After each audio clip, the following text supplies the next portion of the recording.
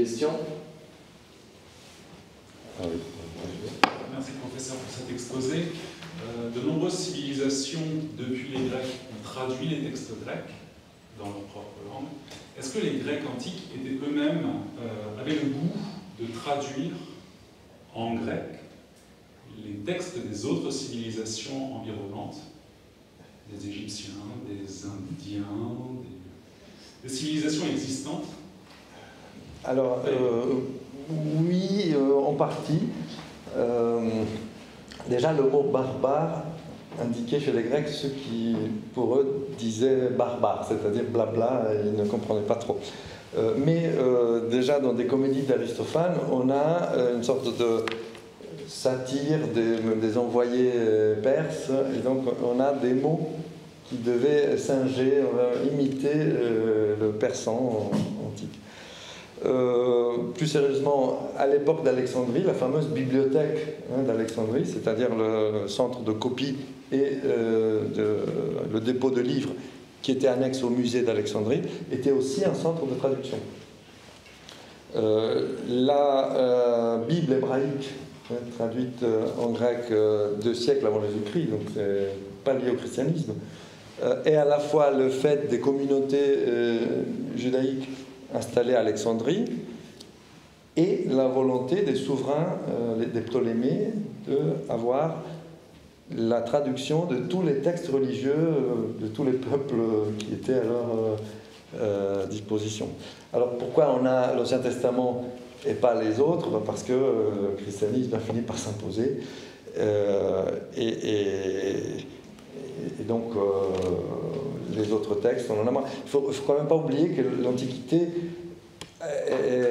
nous est connue d'une manière assez, disons, partielle. Il y avait un énorme naufrage de livres parce qu'il n'y avait pas de photocopieuse, il n'y avait pas d'imprimerie.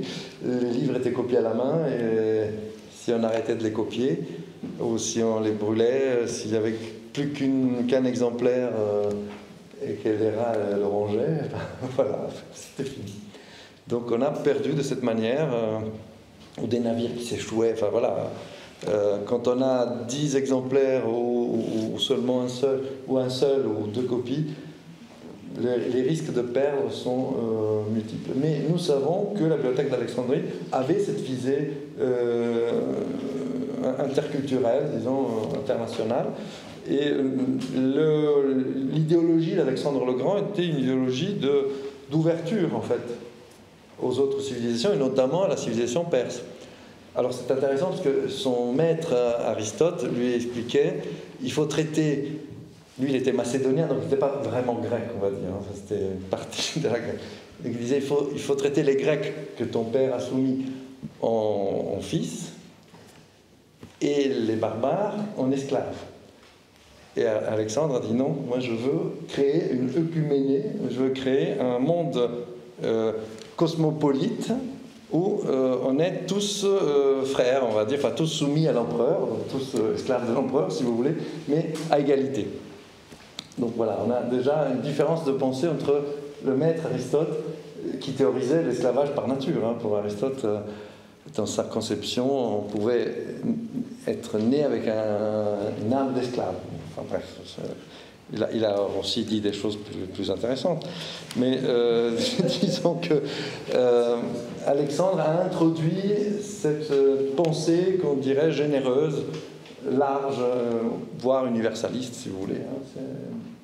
Donc de cela font partie les traductions de la bibliothèque d'Alexandrie. Sinon, avant Alexandre, à l'époque classique, on peut parler d'Hérodote. Hérodote, c'est le grand voyageur. Il n'a pas voyagé dans toutes les contrées qu'il décrit. Parfois, il relate des récits qui lui ont été faits. Mais Hérodote, c'est une grande fenêtre ouverte sur le monde. Et même si on veut revenir encore en arrière, à une époque plus fabuleuse, dans les poèmes d'Homère, et notamment dans l'Odyssée, vous avez plein de voyages. Vous avez une idée on est nommé l'Éthiopie, par exemple. Évidemment, ce n'est pas l'Éthiopie d'aujourd'hui, mais plusieurs contrées du monde sont nommées. Et on voit une ouverture. Donc déjà, dans les poèmes homériques, il y a... si vous voulez, l'Odyssée peut être considérée comme un manuel de voyage, hein, parce que enfin un manuel un peu archaïque, mais on vous informe de ce qui peut vous arriver quand vous transportez d'une contrée à l'autre, les dangers, etc. Évidemment sous forme mythique, hein, les sirènes, etc. Charybde, des Scylla. Oui, il y avait une question, vous avez évoqué le cas de la tragédie grecque, Échille notamment, où justement chaque partie a ses raisons, et qui conduit à la fin à un affrontement des deux parties qui ont chacune leur raison. Vous avez insisté sur le fait qu'il n'y a pas de bien ni de mal dans les tragédies. Je voulais savoir quelle était la conception morale des Grecs à travers leurs textes, et à partir de quand date l'invention du bien et du mal dans les conceptions occidentales. Alors, vaste question, merci. Alors, je vais répondre très brièvement, parce qu'évidemment là, vous offrez un domaine très vaste. Ce qu'on retient en histoire de la littérature grecque, en passant d'Échille à Sophocle à Euripide, c'est un détachement progressif de la foi en la, disons, non seulement la justice des dieux, mais en la capacité des dieux à s'émouvoir des vicissitudes humaines. Donc il y a là une sorte de, pas de, de mécréance, mais de conscience que la dimension humaine n'est pas secourue forcément par les dieux. Et donc, avec Euripide, une sorte de remise même en cause, hein, qui était dans l'air du temps. Hein. Les philosophes de l'époque avaient introduit une vision plus moderne, si vous voulez, de la cosmologie et des phénomènes cosmiques. Et comme vous savez, Socrate sera accusé d'athéisme, d'immoralité religieuse, et en plus de dévoyer la jeunesse avec ses idées. Donc, on a, à travers la tragédie, l'expression d'une remise en question de la religion comme force bienfaisante, force pourvoyeuse de bien. Alors on a parlé de pessimisme des Grecs qui sera vaincu par l'optimisme chrétien, l'optimisme du salut, de la résurrection, etc. C'est vrai, enfin, il y a une sorte de lucidité qui émane du côté désolé et désolant de l'existence humaine. Mais attention, tout est dialectique. Donc, ce côté désespéré se traduit en un amour viscéral pour la vie, pour l'amour, pour la jeunesse, la fête, même le combat, si vous voulez. Donc, il y a une sorte de pessimisme, mais qui amène à donner beaucoup de prix, beaucoup de valeur à toutes les belles choses qu'on peut avoir tant qu'on est en bonne santé, tant qu'on est en vie. Voilà. Donc, vous voyez, c'est assez complexe, en fait, d'un point de vue éthique. Ça correspond à une vision du monde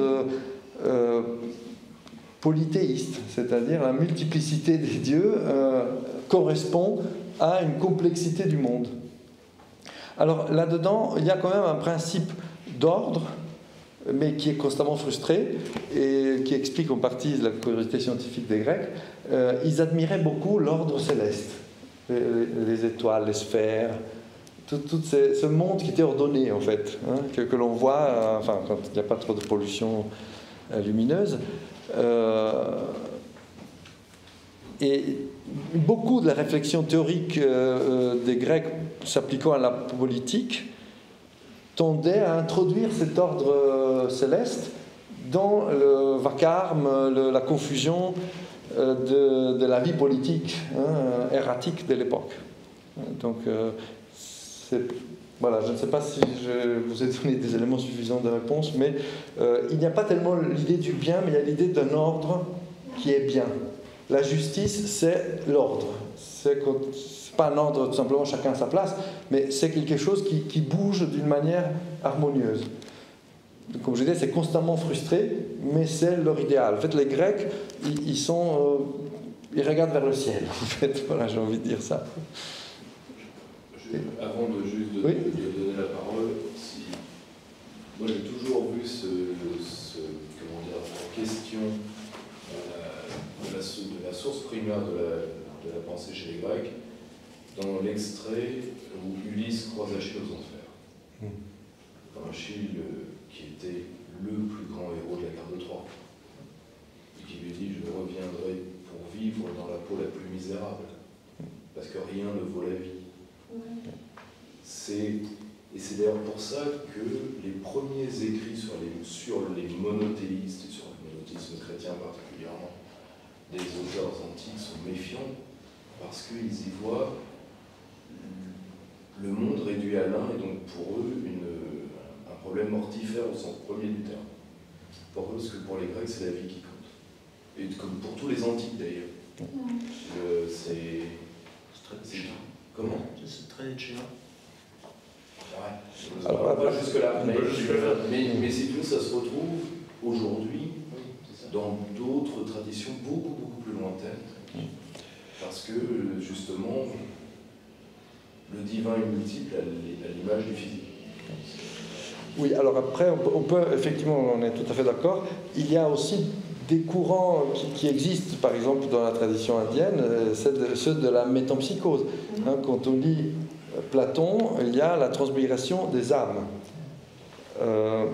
Mais ce sont des savoirs pour les initiés, parce que dans la religion grecque, il y a un côté public, solaire, collectif, et puis il y a un côté caché, secret, réservé à des initiés.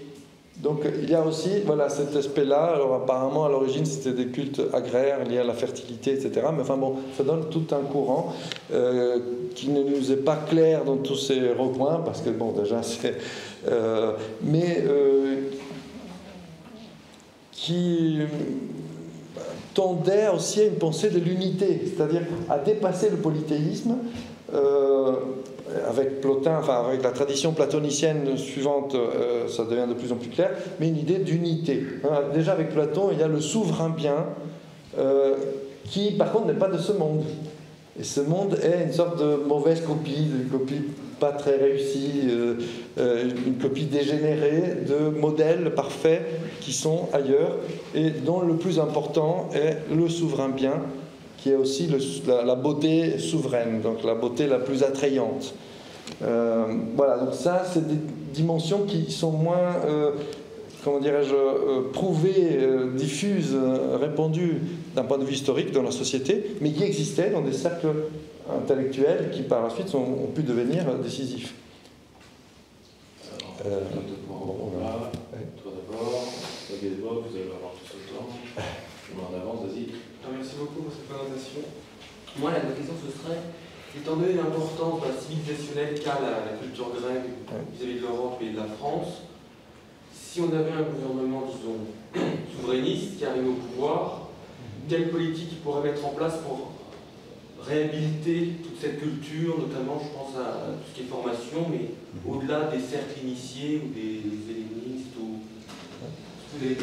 Est-ce qu'on a les moyens déjà? Est-ce qu'on a suffisamment d'hellénistes, est-ce qu'on a suffisamment d'enseignants, de latinistes, etc. Est-ce qu'on a les moyens? Alors, moi je dirais déjà que... On aurait les moyens de votre... Bon, alors, il y a deux questions, mais une première réponse, c'est que si ce livre a vendu dans 14 mois 1200 exemplaires vendus, plus 400 qui ont été offerts, soit à titre d'auteur, soit pour le service de presse, j'ai parlé avec l'éditrice récemment, elle m'a dit, mais en réalité, malgré tout le mal que les gouvernements successifs nous font, il n'y a que le latin et le grec qui ont autant souffert. C'est-à-dire que c'est les deux matières contre lesquelles ils se sont déchaînés depuis belle lurette.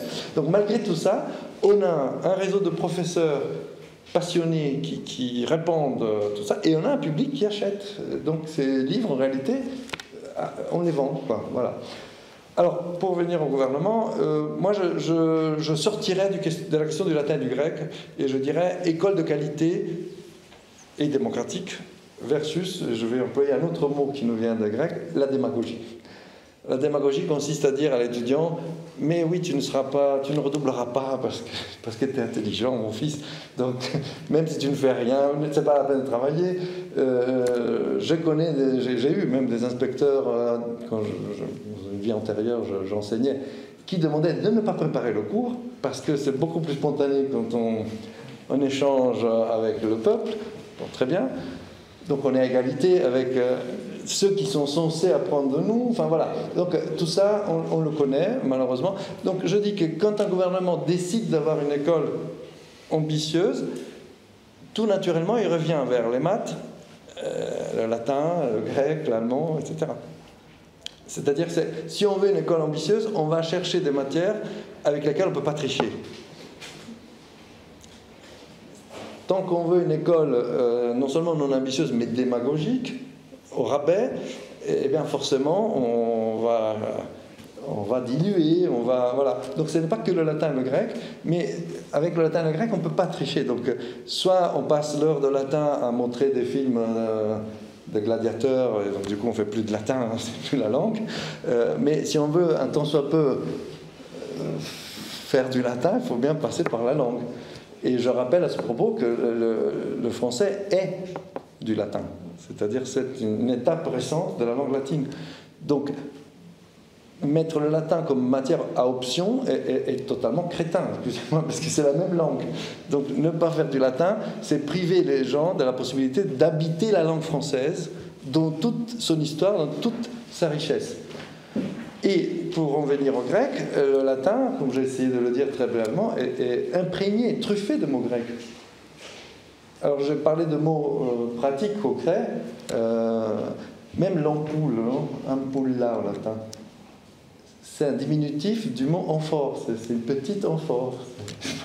Donc il y a plein de mots auxquels on ne pense pas, qui sont d'origine grecque, parce que la littérature des Romains est une littérature hellénistique. Elle est née avec la littérature grecque. Donc elle est truffée.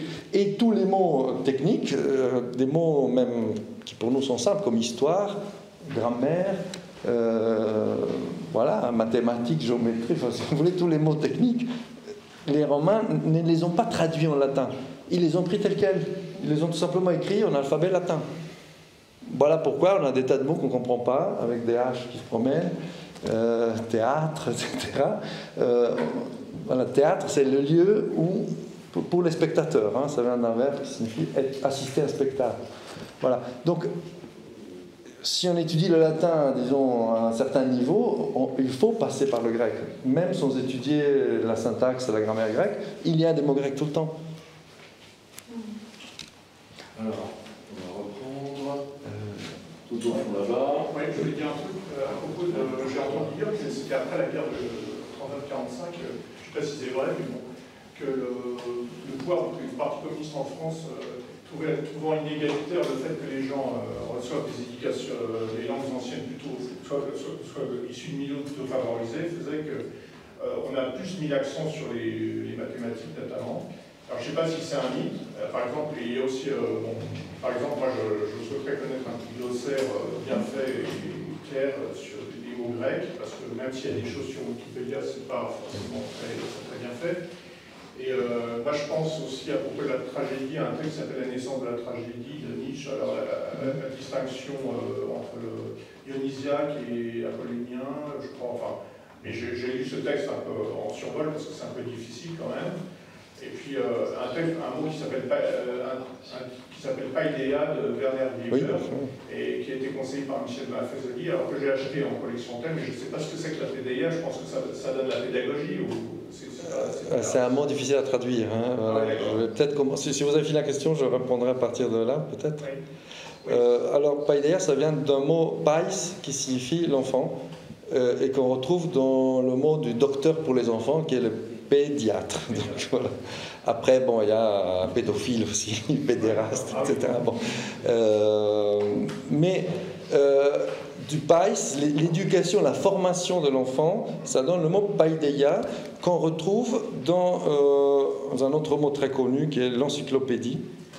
Voilà, la terminaison pédie, c'est paideia en phonétique française. Et encyclo, ça veut dire encuclo, c'est-à-dire dans un cercle. L'éducation en cercle, ça veut dire que les disciplines physique, mathématiques, musique, etc. sont considérées comme des jeunes filles qui se donnent la main dans un cercle. Le cercle des disciplines, au sens que le savoir se distribue en plusieurs matières, mais il est unitaire, il forme un cercle, et il convient de donner à la jeunesse cette formation Encyclopaideia, hein, formation en cercle, l'encyclopédie.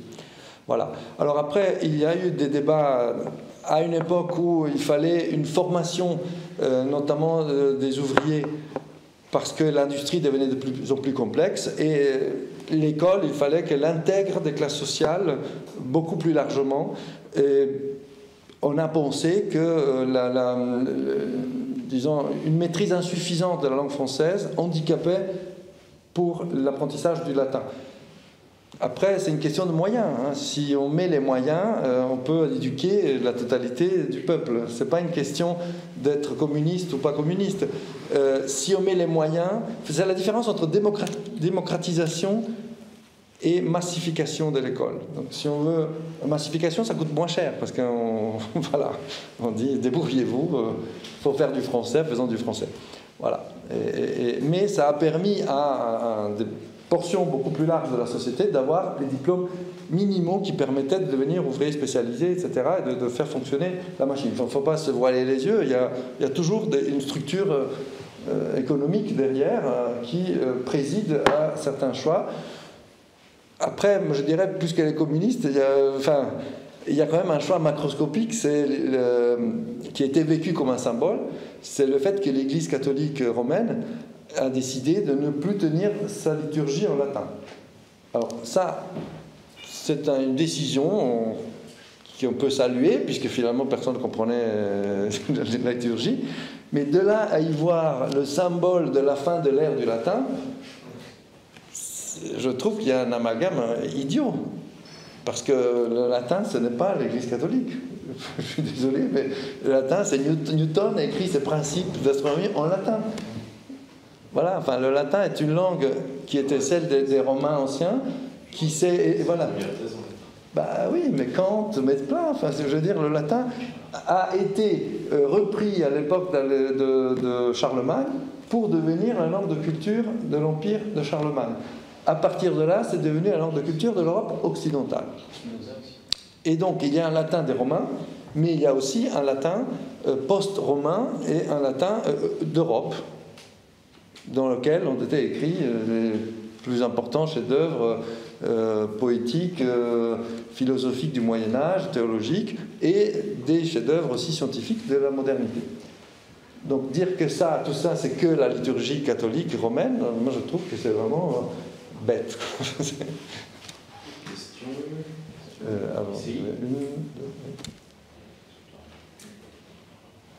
Donc déjà, merci professeur pour cet exposé. Je suis intéressé en ce qui me concerne par la suite de l'histoire de la littérature grecque après Justinien. Oui. Qu'est-ce qui lui est arrivé dans l'Empire romain de l'Orient tardif, puis sous l'Empire ottoman, et peut-être même jusqu'à aujourd'hui, parce que je ne suis pas trop au courant de production qui aujourd'hui dans la Grèce actuelle, qui se place dans la continuité de ce qui se faisait chez les néo-aristotéliciens, comme vous disiez, et je serais intéressé de savoir qu'est-ce qui est arrivé après cette culture classique grecque. Ah ben, il n'est arrivé rien de grave, ils ont continué d'écrire dans leur... Excusez-moi, je parle de manière un peu plaisante.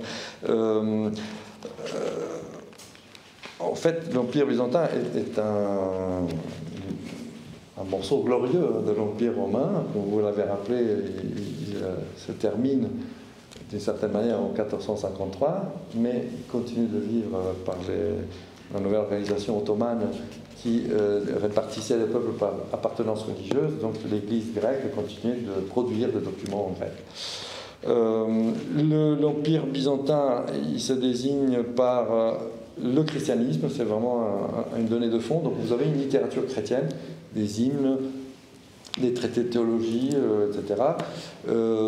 Par le fait d'être romain, donc vous avez toute une production de lois juridiques, administratives en grec, mais qui est issue du patrimoine gréco-romain. Donc aussi, il y a plein de mots latins du droit romain, en fait, qui sont pris tels quels en latin ou traduits en grec, et donc tout ça continue. Et de culture grecque, donc je dis confession chrétienne, tradition romaine et culture grecque, qui se traduit par exemple dans la suite des historiens. Hein, et on continue d'écrire des histoires comme Thucydide. Donc on a des manuels pour écrire en grec attique classique, donc avec tous les verbes qu'il faut utiliser, etc., pour que la langue se conserve le plus possible intacte. Et il y a, alors je parlais des épigrammes, il y a une tradition d'épigrammes qui continue jusqu'à la fin de l'Empire byzantin. Donc ces trois éléments vont de pair et s'expriment en langue grecque. Je dirais aussi qu'il y a des traductions en géorgien, en arménien, au gré des conversions au christianisme des peuples. Il faut savoir aussi que ce même christianisme a créé les présupposés pour une division, notamment le monophysisme en Égypte, le nestorianisme en Syrie, qui n'étaient pas seulement des expressions de dissension religieuse, c'était aussi des expressions de renaissance nationale. L'Égypte, c'est pas n'importe quoi, c'est un pays d'une tradition millénaire. Donc, ils voulaient leur christianisme pour se différencier de Constantinople. Et les conquêtes arabo-musulmanes ont privé l'Empire romain d'Orient de toute la partie sud, mais qui a été aussi la partie la plus riche, la plus développée, la plus dynamique, qui peu à peu a cessé en grande partie de s'exprimer en grec, mais n'oublions pas que c'était une sorte de mondialisation, parce que c'était un espace géographique, économique et culturel qui va du Maroc à l'Indonésie, de plaine d'Asie centrale jusqu'à l'Afrique noire. Donc, c'était une sorte d'empire romain plus géant, si vous voulez, encore plus large, par les voies caravanières, etc. Donc, on comprend que l'Égypte et la Syrie, qui sont les phases, disons, ce sont les terminus des voies caravanières, entrent dans cette nouvelle entité beaucoup plus large qui était disons, le monde islamique. Voilà. Mais la partie au nord, Balkans, Anatolie et Grèce, reste largement romaine et chrétienne, donc c'est l'Empire byzantin. C'est pas aussi riche qu'il aurait pu l'être s'il avait conservé l'Égypte et la Syrie, mais bon, c'est cette histoire. Voilà, donc ils ont continué de cultiver la langue grecque classique. Il y a plein d'instruments encyclopédiques et grammaticaux pour continuer d'écrire cette langue pure. Et cette langue pure est à la base du grec moderne, de la littérature grecque moderne. Le fil ne s'interrompt jamais. J'ajouterais peut-être un petit point, si j'ai encore mieux, c'est que la version du christianisme orthodoxe est très axée sur la contemplation de la beauté, de même que la philosophie platonicienne. Donc, en réalité, le christianisme a été platonisé, tout en chassant les néoplatoniciens qui, évidemment, ne pouvaient pas admettre la création, la résurrection des corps. Pour Platon, il y a la résurrection de l'âme, la transmigration de l'âme, enfin bref. Mais l'idée esthétisante, on va dire, du christianisme, la contemplation de la beauté, de la gloire, de la splendeur divine, est typiquement un trait grec orthodoxe. Si vous pensez au Christ Pantocrator des églises byzantines, voilà, c'est cette sorte de contemplation. C'est pas la contemplation d'un homme torturé, pendu à une croix, qui est en train de mourir. C'est le Christ qui règne sur l'univers. Voilà, vous voyez la différence. Enfin, je force un peu le trait, mais il y a cette idée de contemplation de la splendeur, de la majesté. Vous avez... Oui. Vas-y. Oui, d'ailleurs, pourquoi Justinien a mis fin à cette école athénienne si elle était la continuité depuis plusieurs siècles de la production littéraire grecque, et que dans cette idée justement de se séparer du monde occidental, d'avoir, comment ça s'appelle, de servir d'Athènes comme d'une école nationaliste et culturelle, c'est en la détruisant, il se prive d'un moyen culturel et littéraire très, très fort. Pourquoi ça, il y a eu des batailles élitistes? Alors, vieux jeu. J'ai essayé un peu de le dire, mais à l'époque, le christianisme était triomphant. C'était une manière d'unifier la société. Et les cénacles néoplatoniciens étaient des groupes qui étaient vus comme arriérés. Or, la volonté impériale était celle d'unifier un christianisme grec qui était déjà querelleur pour des raisons de sous, hein, tout simplement, hein, parce que depuis l'époque de Constantin, seuls ceux qui étaient considérés comme orthodoxes avaient des exemptions fiscales. Donc ils avaient l'intérêt de dire que c'est l'autre qui est hérétique, qui n'a pas la bonne théologie, et c'est pour ça que ces querelles théologiques sont extrêmement fines, quoi, hein. Voilà, enfin bon, je ne vais pas développer, mais il y avait un souci de créer une religion impériale unique avec sa propre culture. Donc à ce moment-là, il y a une intolérance qui se développe vis-à-vis de ce cénacle, bien qu'ils fussent porteurs d'une immense culture.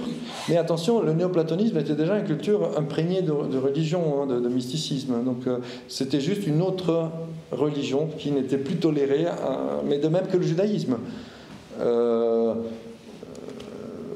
Voilà, les écoles du Talmud se développent dans l'ancien empire perse. C'est parce que, à Fallujah d'ailleurs, hein, parce qu'on n'en voulait pas dans l'empire romain chrétien. Voilà, c'est comme ça, hein, je ne veux pas ni justifier ni autre. Pendant quelques siècles, même l'adjectif hellène, c'est-à-dire grec, était une insulte. Hellène, ça voulait dire païen. Et eux, les Byzantins, s'appelaient Romaioi, c'est-à-dire romains et chrétiens. Donc dire que quelqu'un était un grec, c'était le taxer de paganisme et donc le harceler, comment dirais-je, le marginaliser. Voilà, ça c'était les données. Mais subrepticement, juste avant l'époque de Justinien, vous avez quelqu'un qui nous est connu comme Denis l'Aréopagite, qui pensait être le premier grec, enfin le premier Athénien converti au christianisme par Paul de Tarse. Donc on l'appelle pseudo-Denis, parce que c'est pas vrai que c'est lui, c'est quelqu'un de l'époque de Justinien, qui donne une interprétation du christianisme profondément imprégnée de néoplatonisme. C'est l'auteur des noms divins, enfin il a écrit plusieurs traités de théologie qui mettent le christianisme, si je peux utiliser une expression un peu comme ça, un peu basique, à la sauce platonicienne. Hein, donc avec la théorie des émanations, la théorie des hiérarchies célestes, etc. Donc tout ça est englobé, si vous voulez, dans la culture chrétienne. Parce que le platonisme, l'hellénisme étaient vus comme païens.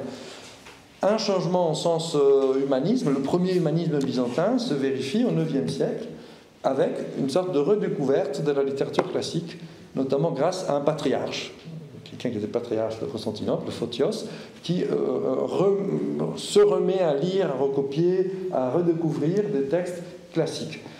Jusque-là, ce qui occupait les esprits était la liturgie, la lecture des textes sacrés et les querelles théologiques, notamment l'énorme querelle qui a failli casser en deux l'Empire, celle des images, qui se clôt juste avant l'essor de ce patriarche Photios. Hein, pendant 150 ans, on s'est interrogé sur est-ce qu'il faut faire des images, est-ce qu'il ne faut pas faire des images des divinités. Et à la fin, on a trouvé un compromis qui est l'art byzantin que vous connaissez, c'est-à-dire on fait des images, mais ce sont des images stylisées. Ça ne doit pas ressembler à des gens, parce que ça doit traduire des réalités célestes. Donc on ne va pas faire des portraits de Jésus, Marie, etc. On fait des sortes de dessins animés. Je ne sais pas, vous voyez comment c'est très graphique. Hein, les lignes, parce qu'on voulait évoquer des réalités divines sans faire des images, des idoles ressemblantes. Voilà, donc ça c'est le compromis trouvé. Et avec ce compromis, on a une renaissance de la littérature classique. Donc vous voyez, ça n'a jamais vraiment... ça ne s'est jamais vraiment éteint, mais c'est sûr que beaucoup de textes ont cessé d'être copiés, ont cessé de circuler, et nous devons à ce patriarche Photios d'avoir retrouvé, d'avoir relancé la copie et l'étude de ces textes-là. Dernière question, Rémi. Alors, cette vraie question, c'était juste pour rapporter quelque chose, parce que je viens de réfléchir sur la naissance ou du mal, la généalogie du bien et du mal dans, on peut dire, la littérature grecque. C'est, bon, évidemment, pour pousser, je peux avoir la conférence de Camus sur les 3 ans de la tragédie, ça, je pense que certainement je la connais déjà.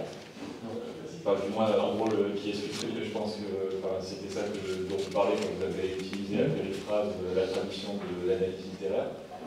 c'est-à-dire en gros dans laquelle il explique qu'il y a d'abord un passage entre Échille et Euripide d'un monde qui est régi par la fatalité, du moins par, disons, l'ordre des dieux qui répondent avant tout presque à des caprices, et jusqu'à finalement une notion de justice humaine, dont les dieux laissent leur place. Mais bon, ça c'est, disons, l'analyse de Camus, donc c'est une exégète. Par contre, une trace, il y a un moment important, et ça je parle, je pense que vous pouvez rebondir, voire me corriger, c'est le moment dans le Phédon où Platon en fait parle de la place des philosophes après la mort. Et là où on voit en fait une vision de l'enfer qui va jusque-là, à travers l'Iliade, on avait donc, il y avait le Tartare et les Champs-Élysées, donc en fait, quoi qu'il arrive, soit vous étiez une ombre, quoi que vous ayez fait dans votre vie, vous étiez une ombre, soit si vous avez vraiment fauté contre Dieu, vous étiez puni, vous avez le Tartare. Et encore, je crois que c'était plutôt réservé aux grandes figures de la mythologie. Mais disons que dans le texte de Platon, ce qui change, c'est qu'en fait, il promet une sorte de proto-paradis aux ce qu'il appelle les philosophes. C'est-à-dire que là, c'est en gros, les philosophes ne seront plus, disons, comme tout le monde, envoyés, condamnés à errer sur le Champs-Élysées. Mais là, vous aurez, il fait toute une hiérarchie entre les hommes politiques et au sommet, donc il y a les philosophes qui, eux, je me rappelle du passage parce que je suis tombé sur ça à mon bac de grec. Voilà. C'est un beau passage. Ouais, et du coup, les philosophes ont vraiment le top de ceci. Donc déjà, on voit là une trace disons, une rétribution dans l'au-delà qui peut nous faire penser déjà à l'invention d'une notion de bien et mal. Alors, une rétribution. En fait, pour Platon, merci d'avoir posé cette question, le bien, c'est la contemplation de la vérité. Le philosophe entend connaître la vérité, non seulement le monde, mais la vérité à travers le monde. Et tout ce qui est corporel, dans la vision de Platon, l'en empêche, ou en tout cas lui met des entraves. Parce que j'ai besoin d'aller aux toilettes, je ne peux pas contempler la vérité, vous voyez. Je le dis de manière très bête. Le corps est une prison pour Platon. Donc, une fois qu'on est libéré du corps dans la mort, on peut, si on est philosophe, on peut se donner entièrement à la contemplation du vrai. Et le vrai, c'est aussi le beau et c'est aussi le bien. Donc voilà pourquoi il y a cette sorte de paradis. Mais si vous avez cité un texte très important, Socrate, quand il raconte toutes les aventures et mésaventures de l'âme dans l'au-delà, il introduit son récit en disant: pour expliquer ce qui se passe dans l'âme, etc., je suis obligé d'avoir recours à des vieilles traditions. C'est-à-dire que tout ce que Socrate raconte, il le met sous, disons, le bénéfice d'une vieille tradition. Donc en gros, c'est comme s'il disait, je n'ai pas de mots pour expliquer ce qui va se passer à l'âme, enfin, tout ça avec l'âme après la mort, donc je suis obligé de répéter des vieilles histoires. En réalité, il les répète à la manière de Platon, donc il les façonne.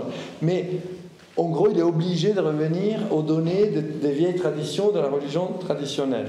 Alors, j'ai envie de dire que peut-être avait raison Hegel quand il dit que la religion, c'est un récit mythique, légendaire, de vérité philosophique, mais raconté de telle sorte que tout un chacun puisse le comprendre. Donc les religions, ils racontent par des figures, par des histoires, par des personnages, des vérités philosophiques qui ne sont pas des personnes ou des personnages, mais racontées de telle manière, peuvent être comprises par tout un chacun. Alors que sous forme de concept, seuls les gens très entraînés, les philosophes, peuvent les comprendre. Donc pour Hegel, en disant ça, il ruine toute idée de religion, parce que du coup, plus aucune religion n'existe. Mais en même temps, il sauvegarde l'idée de religion. En même temps, il la sauvegarde, il la détruit. C'est la Aufhebung de Hegel. Merci beaucoup. Merci beaucoup. Merci.